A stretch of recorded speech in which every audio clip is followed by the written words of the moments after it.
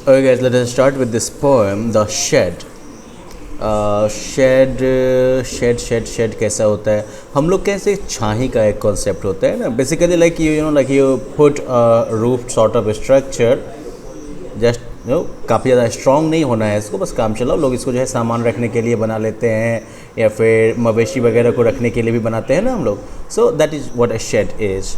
तो वही एक शेड है जिसके बारे में जो है एक बच्चा जो है वो अपनी फीलिंग्स लिख रहा है, अपने थॉट्स लिख रहा है। Let us read this poem and I guess we will get to know what he thinks. Okay, there is a shed at the bottom of our garden. Bottom of the garden मतलब ये नहीं कि garden के बिल्कुल पेंदी में, बल्कि garden के बिल्कुल दूर वाले छोर पर जो है एक शेड है with a spiders web hanging across the door. और इसके डोर के आसपास जो है एक मकड़े का जाल है। Okay, well, that's like one of those scary scenes.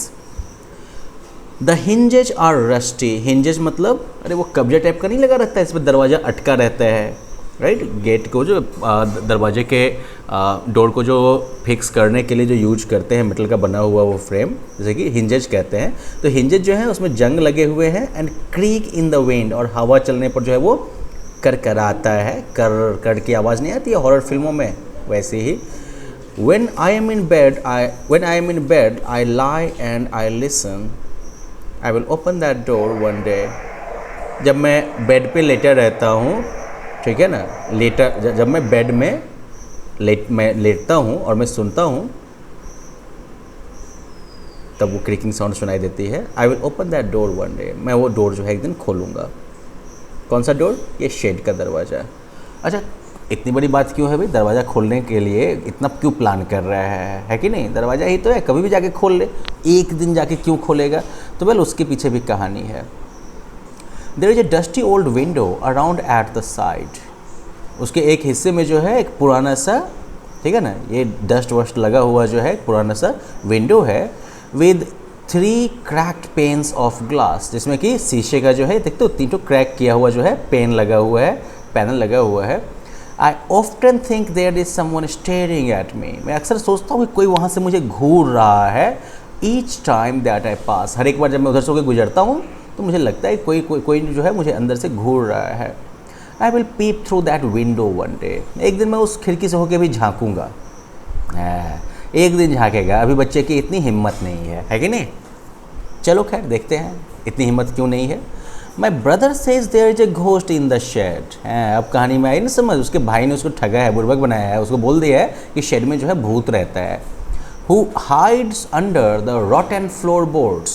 Actually like बाहर सब में घर जो बनते हैं तो वो ज़्यादातर वुडन स्ट्रक्चर होते हैं, ऐसे में उनका फ्लोर जो होता है वो भी लकड़ी का बना होता है, ठीक है? तो वही जो लकड़ी का पट्टा जो फ्लोर बनाता है उसे कहते हैं फ्लोर बोर्ड, और इस केस में वो फ्लोर बोर्ड जो है वो सड़ा हुआ है, रॉटन। तो उसके भाई ने उसको कहानी सुना रखी है कि शेड में जो है भूत रहता है जो कि उन सड़े हुए फ्लोरबोर्ड के नीचे जो है छुपता है या छुपा रहता है। And if I ever dare to set foot inside, और कभी अगर मैंने उसके अंदर पैर रखने की, उस शेड के अंदर पैर रखने की हिम्मत की, डेयर मतलब हिम्मत करना, he will jump out and chop of my head. वो कूद के निकलेगा और मेरी गर्दन काट देगा। चॉप मतलब काटना। But I will take a peek one day, लेकिन एक दिन मैं झाँकूँगा। हिम्मत है बच्चे में दूर से। I know that there isn't really a ghost. मुझे पता है कि वह असली में वहाँ कोई भूत नहीं है। My brother tells lies to keep the shed for his den. मेरा भाई जो है वो झूठ बोलता है ताकि वो शेड को जो है अपने काम के लिए ही रिजर्व रख सके, अपने खेलने कूदने के लिए, अपनी मस्ती के लिए। There isn't anyone starting और मेकिंग स्ट्रेंज नॉइजेज, राइट? वहाँ पर जो है कोई चहलकदमी करने वाला नहीं है, चौंकाने वाला नहीं है, या कोई अजीब आवाज़ नहीं निकाल रहा है। And the spider has been gone from his web, और जो मकड़ा जो था वो भी अपने जाल से निकल के जा चुका है। Since I don't know when I will go into that shade one day soon, ठीक है? और स्पाइडर भी जो है वो भी उस वेब से निकल के जा चुका है, पता नहीं कब का, मुझे पता भी नहीं, ठीक है? लेकिन मैं जो है एक दिन उस शेड में जाऊंगा बहुत जल्दी ही, बट नॉट जस्ट येट, लेकिन बस अभी नहीं है। तो भाई चलो, बहुत हिम्मत है बच्चे में, लेकिन बात है कि अभी हिम्मत नहीं दिखाएगा, अभी मुहूर्त अच्छा नहीं चल रहा है। So well that's a poem, very interesting poem, right? And where is the shed located? Describe it. Well it's at the bottom of a garden. And description wise अगर देखो तो well it has a spider's web hanging across the door, the hinges are rusty that creak in the wind, right? And then there is a dusty old window around at the side with 3 cracked panes of glass. So that's the description of the shed. How old do you think is the speaker in this poem? I think the speaker in this poem must be around like what 10-12 years of age maximum, क्योंकि 14-15 आते थे तो हिम्मत बहुत आ जाती है कि नहीं. What does the poet listen to when in bed? जब पोइट बेचारा लेटा रहता है तो वो क्या सुनता है? ओके वो जो क्रीकिंग साउंड है, right, creaking sound of the door, तो वही वो सुनता रहता है. What does the poet plan to do one day? Well, he plans to enter that shed one day. From where does the poet plan to peep through one day? Through the window. According to the poet, why does his brother lie to him? Well, his brother lies to him because he wants to keep that shed for himself. Does but not just yet suggest fear, doubt, suspense, hesitation, laziness, or something else. I think it suggests hesitation. Okay. Write a short summary of the poem The Shed. Okay, short summary में क्या हो जाएगा? Well, there is a little boy.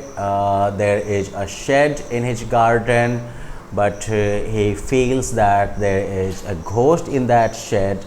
That's why he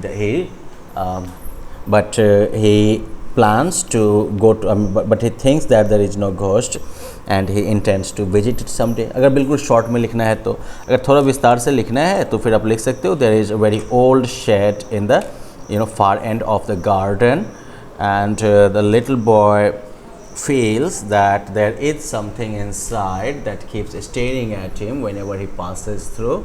However, his brother has also told him that a ghost lives inside.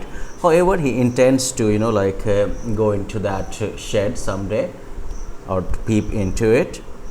Okay, it's just that he is not ready for that thing in the present. So that's the whole idea. Okay, you can just write it, and that will be a good enough summary for this one. And now in the next lesson we will be reading a story, A Gift of Chappals. Okay, bye bye then, have fun.